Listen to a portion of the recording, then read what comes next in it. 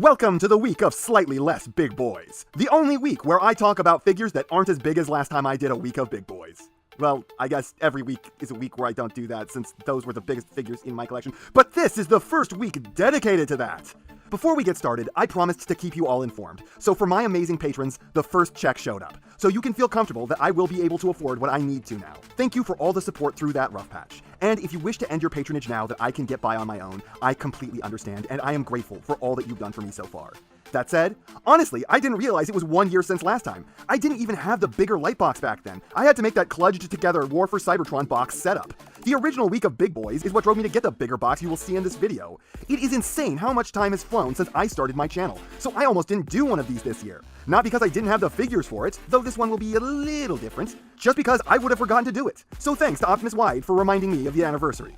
So welcome to day one of the week of slightly less big boys, the Combining. And first up, we have a set that I've had since just after the first week of Big Boys. Holy shit, how has it already been that long? How was I out of shelf space for that long?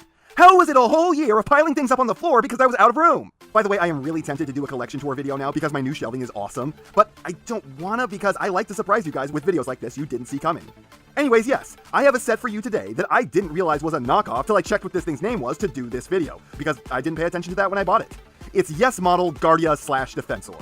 Yeah, when I looked up this figure again to see what it was called so I could make this video and I saw that the company name was Yes Model, I was like, oh, I bought a knockoff. And sure enough, when I looked into it, that's what it was. The original company was Make Toys. It all makes perfect sense now, because I actually picked this thing up due to it initially catching my eye because it looked like a Legend scale combiner in pictures. But I couldn't tell, and it was on sale at the time for $140, when it was normally $200, which is a weird sweet spot to be in since Legends combiners don't tend to be like $200, more like the $140 it was at the time.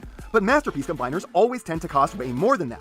So I picked this sucker up just to find out what scale it was since the price was so weird, but stuff like the tiny pin tires really looked Legend scale. Which, like I said, makes perfect sense now because it originally was Legend scale when the original company made it. But this is an oversized version of that, which makes the scaling on this very strange. It's like halfway between the MMC Combiner scale and the Combiner Wars Combiner scale. Man, that was a lot of backstory I just bored you with. Question of the video, what do you think the next review in the week of slightly less big boys is going to be? Anyways, this thing is pretty interesting, stupid backstory notwithstanding. It's got a very anime-inspired aesthetic, which is another thing that drew me to it. And you may be like, whoa, you hate that kind of thing when it comes to the Transformers. And yeah, you are typically right, but Defensor is the combiner who needs that kind of flair the most. Like I always say, he is the most nothing combiner, so giving him a more Japanese design at least makes him visually interesting for once in his pointless, boring existence. Plus, while I wouldn't say that this is anime design done right, it is done well. And I want to apologize for not showing you this guy in his broken down state of all the individual bots. But not to give it away early, I never want to go through the combination on this guy ever again. Not because too much of this is a hassle, but because some of it is way too much of a hassle. For starters, the groove leg just kind of explodes and gets strapped to the shin in a way that I've never been convinced I've done right. And it doesn't hold there at all, with parts constantly coming untapped. And then you've got this motherfucker. This guy's transformation is not complex. His method of attaching is not confusing. Nothing about this guy should be difficult. Should be. Because this motherfucker's hands are required to transform to get him into this mode. And they have the strongest, tightest transformation hinges I've ever heard of. I had never conceived of anything this difficult. My little brother could bench 2 of me, and he could not get the joints to move.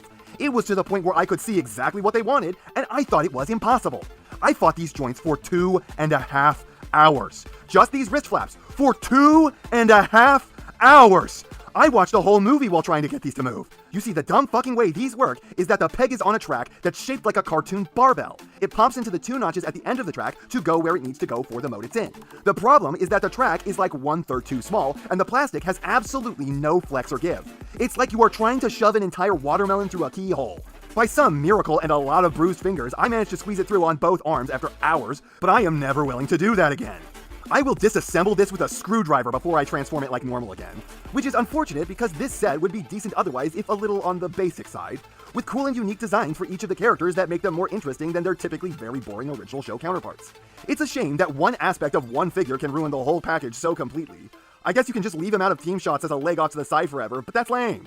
And he would have a really cool look if it weren't for that. I mean, this thing looks pretty slick. It's just ruined by a transformation step that hurts to do and takes your entire goddamn life because of bad tolerances. If you are not a grown-ass man, you are not going to be physically strong enough to get that part to move.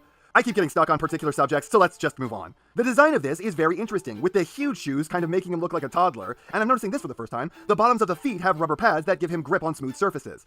Maybe too much, as they got stuck and left marks on my new shelving. The ankles are kind of weak though, and it wants to slide around, making him less than stable even still. Take that, everyone who says that parts-forming combiners leads to more stable figures. The original version of this figure probably didn't have this problem, as it was lighter. Moving up from his chaotic legs, you get to his chaotic arms, with the right one being way more of a clusterfuck than the left one. The left one may be a little janky, but at least there aren't a bunch of bits hanging off of it that want to clash into each other. And those rotors suck. They just aren't fun to have around, and they look terrible. You were supposed to pop them off and use them as a sword, but yeah, that'd be like trying to cut someone in half with an I-beam. I do appreciate the fingerless gloves this guy's rocking, though the hands are a little awkwardly built. You usually don't get that kind of feature on a Transformer, and it does look very motorcycle cop, which is a vibe this guy exudes, for better or worse. He also looks jacked, just a swole-ass boy here. And this whole thing has a presence. As much as I just complained about the limbs looking a bit messy, it is a controlled type of mess, something that looks more intentional than it does a mistake. Maybe I'm wrong about that, but there is enough of it here that it looks like an aesthetic choice. Though, the tires on First Aid look terrible, and they are the biggest indicator that this is an upscale job. Head almost really works. I like the high collar framed by the wheels and the chest crest, but the lips are truly bizarre looking from a lot of angles. From some, they look almost normal. But I find more often than not, they look like random geometric shapes on his face than a mouth, and then sometimes it even morphs into a mustache with a weird extruded mouth split.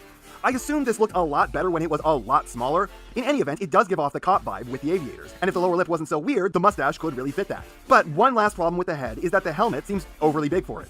I feel like if this was 15% smaller, it could have looked a lot cooler. But as it is, it's just weird like the lips. So the look of this is a mixed bag. I honestly think it looks pretty cool, but there is no denying that it is messy as hell.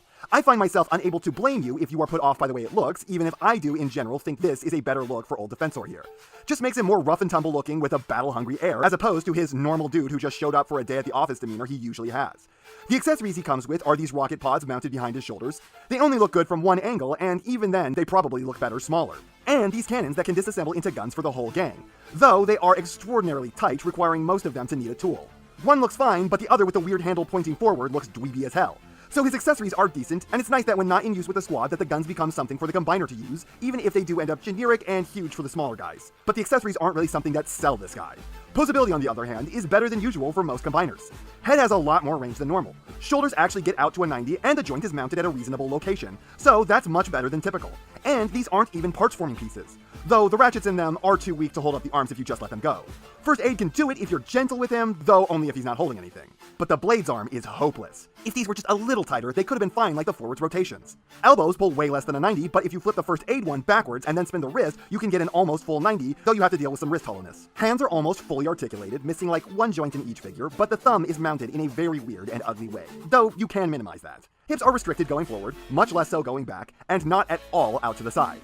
Knees can pull a 90, and ankles are ball jointed for all this range, but they can pop off. So yeah, as far as a combiner is concerned, that's pretty reasonable. He could use a lot stiffer joints, but outside that, there is not anything particularly wrong or right on that front. So after all that, you might think you know where this is going. But you might be surprised, because I do think I recommend Guardia. But not this Guardia, because they're both named the same thing. Because here's the thing, the main issues this guy has stems from the fact that it is an upscaled knockoff. If he isn't bigger, then he isn't going to be heavier, meaning the joints on this thing won't be overtaxed with weight, meaning they will probably hold better. And if he is smaller, the transformation joints on Streetwise are going to have less resistance on them because the plastic will be more willing to flex due to the walls being thinner on them. And at that point, you are left with a well-articulated combiner with a unique aesthetic you may find cool that probably scales to your chug line if you are primarily a chug collector.